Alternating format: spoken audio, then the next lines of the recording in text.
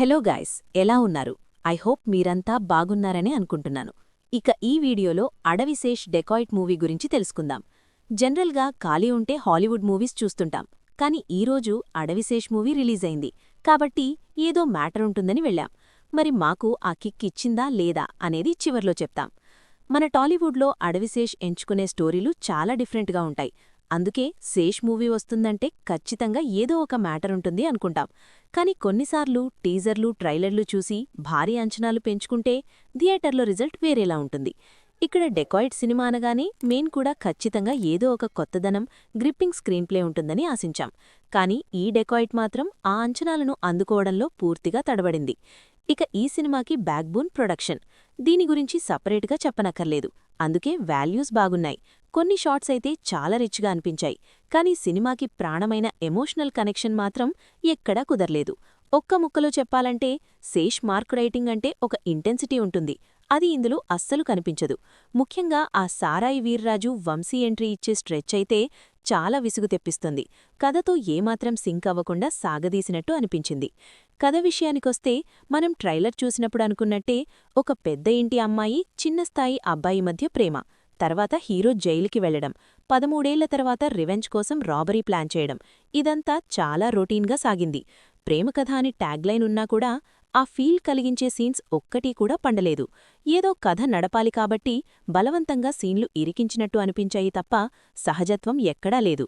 ఇక robbery scenes అయితే మరీ విడ్డూరం. శేష్ సినిమా అంటే చాలా లాజికల్గా పకడ్బందీగా ఉంటాయి అనుకుంటాం. కానీ ఇందులో ఈజీగా రాబరీ చేసేస్తుంటే చూడ్డానికి చాలా ఇబ్బందిగా అనిపించింది.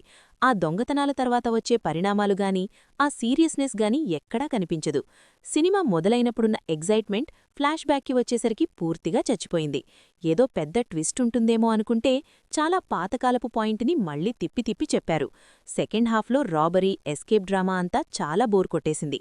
ఒకానొక దశలో ఇది పాత సినిమాలు మిక్స్లా అనిపించింది తప్ప శేష్ లాంటి టాలెంటెడ్ రైటర్ నుంచి వచ్చే సినిమాలాగా అస్సలు లేదు. అనవసరమైన ఎలివేషన్ డైలాగ్స్ ఎక్కువైపోయి చివరికి వచ్చేసరికి నీరసం వచ్చేస్తుంది. శేష్ తనవంతుగా బాగానే చేసినా కొన్ని చోట్ల డైలాగ్ డెలివరీ సరిగ్గా అర్థం కాలేదు.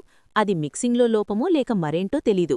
ఇక నటీనటుల గురించి చెప్పాలంటే మృణాల్ ఠాకూర్ తన యాక్టింగ్తో సినిమాని నిలబెట్టడానికి ట్రై చేశారు. ఆమె పర్ఫార్మెన్స్ చాలా బాగుంది. సునీల్, అనురాగ్ కాస్టింగ్లో ఉన్నారంటే ఏదో వెరైటీగా ఉంటుందనుకుంటాం కానీ వారి పాత్రలు చాలా అవుట్డేటెడ్గా ఉన్నాయి. కేవలం పెద్ద కాస్టింగ్ అని చూపించుకోవడానికి తప్ప వారి వల్ల సినిమాకి వచ్చిన అదనకు ఆకర్షణ ఏమీ లేదు. మ్యూజిక్ పర్వాలేదు అనిపించినా విజువల్స్ బాగున్నా కూడా ఆత్మలేని కథ వల్ల సినిమా డిసప్పాయింట్ చేసింది. ఇందులో ఎలాంటి అడల్ట్ సీన్స్ కానీ, బ్యాడ్ లాంగ్వేజ్ కానీ లేకపోవడం ఒక్కటే ఊరట. మొత్తానికి శేష్ నుంచి ఆశించే క్వాలిటీ మాత్రం ఇందులో మిస్ అయింది. గాయ్స్, ఒక నోట్ పాయింట్. మూవీస్కిచ్చే రివ్యూ రేటింగ్స్కి మేం వ్యతిరేకం. ఎలా ఉందో చెప్తాం, కానీ రేటింగ్ ఇచ్చి ఆ మూవీని డిస్క్రైబ్ చెయ్యం. ఎందుకంటే ఒకవేళ మూవీ ఫ్లాప్ అయితే తీసిన డైరెక్టర్ కూడా రిలీజ్ అయ్యాక ఏం చేయలేడు కదా. అందుకే మేము ప్రతి మూవీకి మా ఒపీనియన్ మాత్రమే చెప్తాము. అర్థం చేసుకుంటారు అనుకుంటున్నాం. అలాగే ఈ ఛానల్ కొత్తగా పెట్టాం, సో సబ్స్క్రైబ్ చేసి కాస్త సపోర్ట్ ఇస్తే మాకు కొంచెం మోటివేషన్లా ఉంటుంది.